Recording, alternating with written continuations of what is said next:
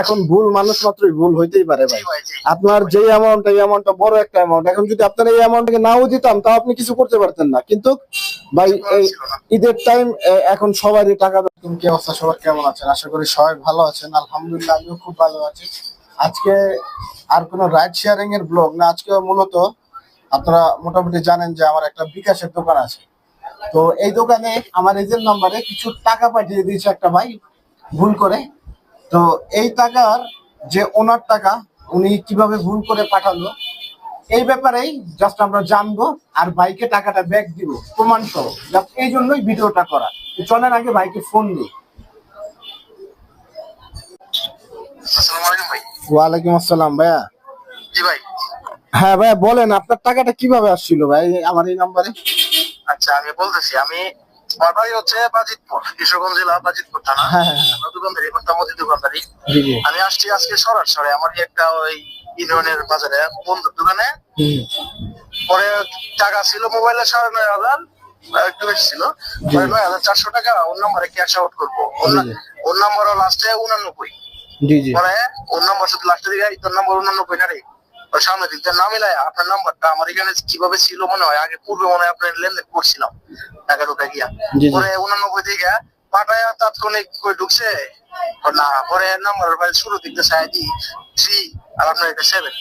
পরে তোকে ব্যস্ত গিয়েছে। পরে তাৎক্ষণিক আপনাকে ফোন করলাম, পরে ধরলেন, একটু পরে ধরলেন, বলছেন বাসায়। এইভাবে এই ক্যাশ আউটই হয়েছে আপনার একটা এজেন্ট নাম্বার। হয়েছে নাম্বারটা না, আপনার টাকা আসছে ভাই, ঠিক আছে, কিন্তু আপনি যখন ফোন দিয়েছেন তখন হলো ইফতারের টাইম, তো এই জন্যই মনে করেন আর আপনার সাথে তো কথা বলিনি। পরে আমিও ইফতার করছি ওই বন্ধুর দোকানেই, পরে নামাজ পড়লাম, পরে এখন এই অপেক্ষা করতেছি আপনার জন্য। আচ্ছা, এখন আপনার টাকাটা আসছে, ঠিক আছে ভাই, এখন টাকাটা আমি কিভাবে ব্যাক দিব সেটা বলেন। টাকাটা আমার নাম্বার, এটাই পার্সোনাল নাম্বার, এই 18 যে নাম্বারটায় কল করতেছি। হ্যাঁ, মানে আপনি যেটা দিয়ে ক্যাশ আউট করছেন, যে নাম্বার থেকে আমার নাম্বারে ক্যাশ আউট হয়েছে, ওই নাম্বারটাই আবার ব্যাক করে দিব, তাই তো? জি, এই নাম্বারে টাকাটা পাঠাতে।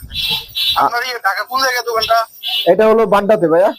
এই যে বাড্ডাতে, বাড্ডা কি এই ফুলপুরের অপোজিট পাশে না, এই জেব্রা ক্রসিং এর কোনার মধ্যে? হ্যাঁ না, কোনার মধ্যে না, আমারটা হলো ভিতরে, এটা হলো আলিফনগর, বাড্ডা আলিফনগরে। বাড্ডা হইছে আমার বোনের বাড়ি, এই জেব্রা ক্রসিং এর এই পাশে বোনের বাড়ি, শহীদুল্লাহ পাটোয়ারি। আচ্ছা ঠিক আছে ভাই, সমস্যা নাই। মনে করেন এখন ভুল মানুষ মাত্রই ভুল হইতেই পারে ভাই।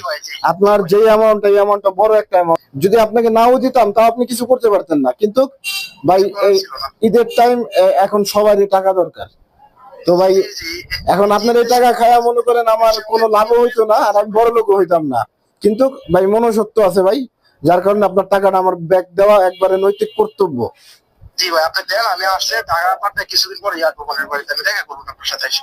আচ্ছা সমস্যা নেই ভাই, ঠিক আছে, আপনার নাম্বারে আমি টাকা পাঠিয়ে দিতেছি, পাইলে আপনি জাস্ট একটু ফোন করে আমার জানান, ঠিক আছে? জি ভাই, জি ভাই, জি, আসসালামু আলাইকুম। আচ্ছা, ওয়ালাইকুম আসসালাম।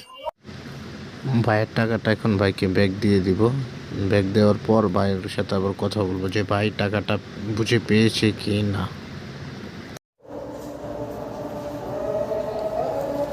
আসসালামু আলাইকুম ভাইয়া। জি ভাই, ফোন করছিলেন, আমি বাইকে আসছিলাম, বাইক যেখানে গেছিলাম এখান থেকে আসছিলাম, তো গাড়ি চালায়া। ও আচ্ছা আচ্ছা ভাইয়া, না জাস্ট একটু ভিডিও করে রাখতেছিলাম এই প্রমাণের জন্য। আপনার টাকাটা তো আপনি বুঝে পাইছেন, তাই না? জি জি, বুঝে পাইছি। কয় টাকা পাঠাইছিলেন আর কয় টাকা বুঝে পাইছেন ভাইয়া? 9,400 টাকা ক্যাশ আউট করছি, 9,400 টাকাই বেশি।